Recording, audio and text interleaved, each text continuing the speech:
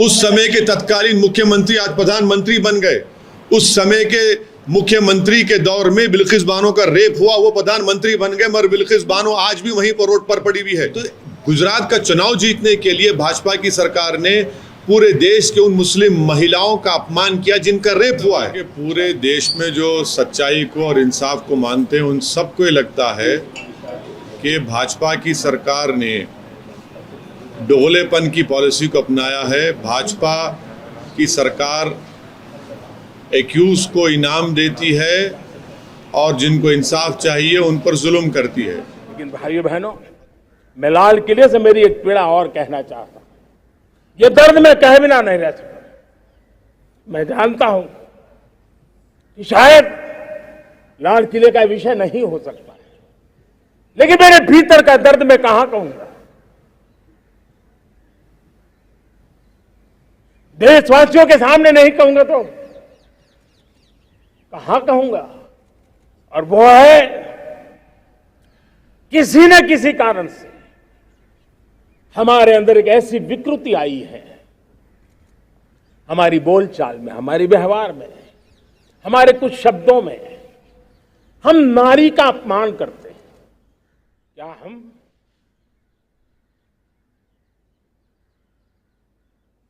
स्वभाव से, संस्कार से, रोजमर्रा की जिंदगी में नारी को अपमानित करने वाली हर बात से मुक्ति का संकल्प ले सकते हैं? नारी का गौरव राष्ट्र के सपने पूरे करने में बहुत बड़ी पूंजी बनने वाला है।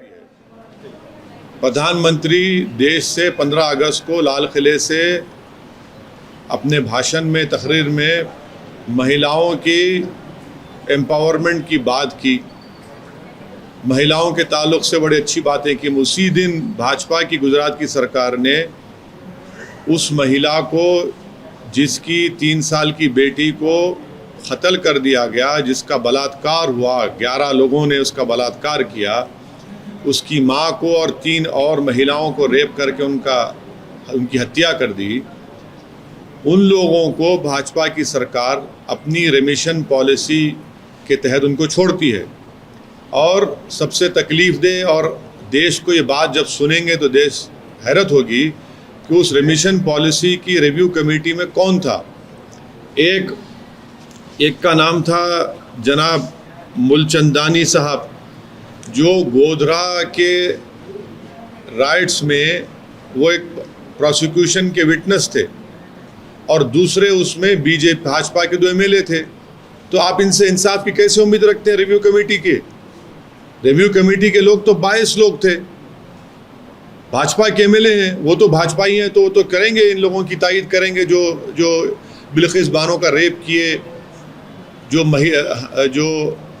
प्रेग्नेंट थी, वो तो उनके 22 ने दिखा दिया अपना। तो रिव्यू कमेटी नहीं है बल्कि शैम कमेटी है ये तो। और गवर्नमेंट ऑफ इंडिया का एक सर्कुलर है कि 15 अगस्त के दिन उन लोगों को नहीं छोड़ना चाहिए जो रेप करते हैं, तो उसके खिलाफ भी भाजपा की गवर्नमेंट ने फैसला लिया। तीसरा, सीबीआई के इन्वेस्टिगेशन पर उन लोगों को सजा हुई। तो क्या गुजरात की भाजपा की सरकार ने सेंट्रल गवर्नमेंट से, ये मिनिस्टर ऑफ होम अफेयर्स से परमिशन लिया? कैसे भाजपा की सरकार किस मुंह से इस बात को कबूल करेगी कि एक महिला का जिसका रेप किया गया था, जिसकी बेटी को 3.5 साल की बच्ची का रेप कर दिया, मर्डर कर दिया गया, उसके परिवार के 4 और महिलाओं का रेप करके मर्डर हुआ, उसको छोड़, उन लोगों को, आरोपियों को छोड़ देते हैं आप, और उनको फूल बरसाया जा रहा है।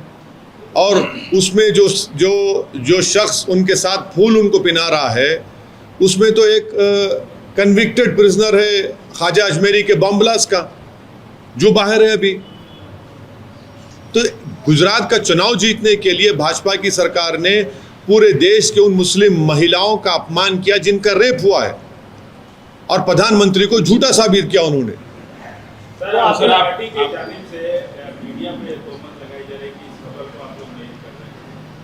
कहाँ किए? जब आपने 2 दिन पहले हमसे इंटरव्यू लिया, आपके चैनलों ने चलाया उसको, बताइए।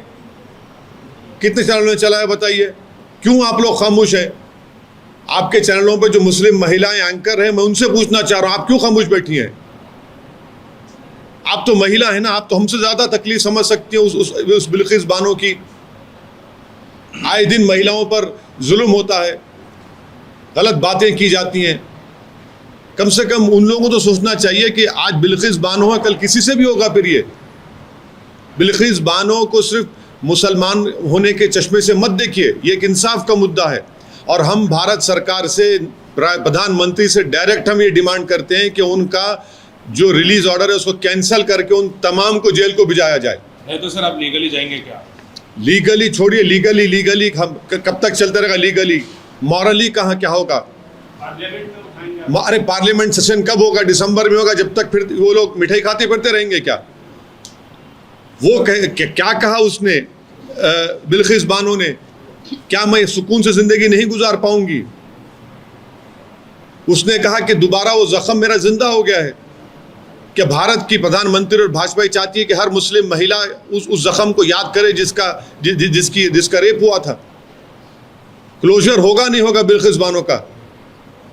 सर, आपने कहा कि बीजेपी गुजरात के चुनाव को ध्यान में रख के ये यकीनन इसीलिए कर रही है क्योंकि भाजपा ये दिखाना चाह रही है कि हम उन लोगों के साथ खड़े हैं जो जेल में हैं, हम उन लोगों के साथ नहीं खड़े हैं जो इंसाफ के लिए लड़ रहे हैं।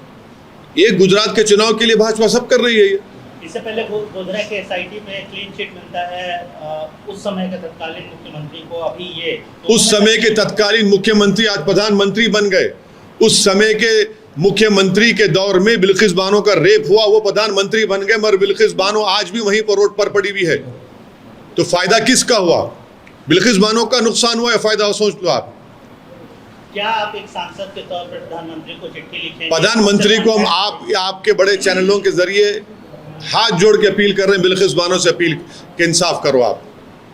हमारी बात प्रधानमंत्री सुन लेंगे क्योंकि आपका चैनल देखते हैं प्रधानमंत्री रोज, उनके पास रिपोर्ट जाती है कि कौन क्या बोला, कौन क्या नहीं बोला। तो हम उम्मीद करते हैं कि प्रधानमंत्री आपके जरिए से सुनेंगे इस बात को और इंसाफ करेंगे। बिल्किस बानो से इंसाफ करिए, वो देश के प्रधानमंत्री हैं। तो सर फिर जेल भेज देना चाहिए? बिल्कुल नहीं, इसमें गवर्नमेंट ऑफ इंडिया की पॉलिसी है। गवर्नमेंट ऑफ इंडिया ने खुद कहा कि ऐसे लोगों को रिमिशन ना दिया जाए जो रेप करते हैं। प्रधानमंत्री की सरकार की पॉलिसी और गुजरात की सरकार की पॉलिसी अलग कैसे होती है? सीबीआई ने इन्वेस्टिगेशन किया तो क्या मिनिस्ट्री ऑफ होम अफेयर्स ने उसको इजाजत दी उनको छोड़ने की? और उस रिमिशन कमेटी में कौन थे? 2 भाजपा के एमएलए और एक मिस्टर मूलचंदानी जो गोधरा के विटनेस हैं, जिनके विटनेस पर लोगों को सजा हुई। तो ये लोग बायस्ड हैं। ये लोग हमारी आप माली मदद करें